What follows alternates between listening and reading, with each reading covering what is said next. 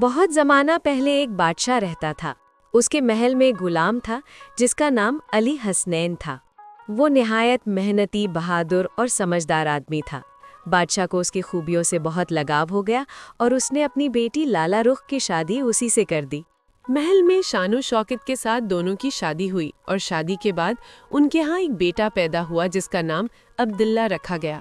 لیکن کچھ درباریوں کو یہ بات پسند نہ آئی۔ انہوں نے بادشاہ کے کان بھرے کہ علی حسنین کہتا ہے کہ سلطنت اس کی وجہ سے چلتی ہے اور اس کے بغیر سب کچھ تباہ ہو جائے گا۔ بادشاہ نے یہ سن کر غصے میں آ کر فیصلہ کیا کہ علی حسنین، لالا رخ اور بیٹے عبداللہ کو محل سے نکال دیا جائے۔ سپاہیوں نے تینوں کو جنگل میں چھوڑ دیا۔ تھکن اور خوف کے باوجود علی حسنین نے اپنی بیوی اور بیٹے کے ساتھ حوصلہ نہیں ہارا۔ تھوڑی دیر چلنے کے بعد انہیں ایک پیارا سا جھوپڑا نظر آیا جو بوڑھی عورت اماں کا تھا۔ جھوپڑے کے باہر ایک بکری بھی بندھی ہوئی تھی۔ علی حسنین نے اماں سے عزت کے ساتھ کہا، ہم جنگل میں اکیلے ہیں، کیا ہم یہاں رہ سکتے ہیں؟ بوڑھی عورت نے مسکرا کر کہا، ہاں تم لوگ یہاں ٹھہر سکتے ہو۔ لالا رخ اماں کا بہت خیال رکھنے لگی۔ وہ اماں کو کھانا دیتی، اس کا لباس دھوتی اور بکری کا دودھ روزانہ کسی برتن میں ڈال دیتی تاکہ رات کے وقت اگر کوئی پرندہ یا جانور بھوکا ہو تو وہ پی سکے۔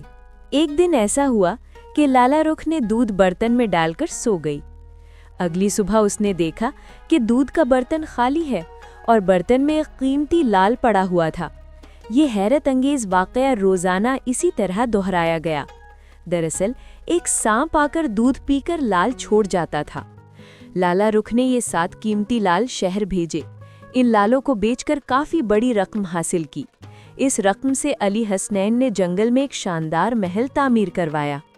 محل کے ساتھ ہی انہوں نے فرنیچر کا کام شروع کیا اور ایک کارخانہ بنایا۔ اس کارخانے میں لوگوں کو کام پر لگایا گیا اور وہ بھی خوشحالی کی زندگی گزارنے لگے۔ جلد ہی علی حسنین، لالا رخ اور عبداللہ کی محنت سے جنگل کا ایک حصہ آباد ہو گیا اور لوگ انہیں دعا دیتے اور احترام کرتے۔ جب بادشاہ کو خبر ملی کہ جنگل کا ایک بڑا حصہ شہر کی شکل اختیار کر چکا ہے تو وہ حیران رہ گیا۔ اس نے فوراً شہر کا معائنہ کرنے کا فیصلہ کیا۔ بادشاہ اپنی سواری میں شہر پہنچا اور ہر طرف رونق دیکھ کر حیرت زدہ رہ گیا۔ گھروں، بازاروں اور کارخانوں کے درمیان اس نے علی حسنین، لالا رخ اور عبداللہ کا شاندار محل دیکھا۔ بادشاہ جب محل کے دروازے تک پہنچا تو اس نے اپنی بیٹی، داماد اور پوتے کو دیکھا اور اپنی پہلی غلطی اور ناانصافی پر شدید شرمندگی محسوس کی۔ اس نے عاجزی سے معافی مانگی اور وعدہ کیا کہ وہ ہمیشہ ان کی مدد اور احترام کرے گا۔ علی حسنین نے صبر، محنت اور ایمانداری سے یہ سکھا دیا کہ قسمت انہی کی مدد کرتی ہے جو محنت اور لگن سے کام کرتے ہیں۔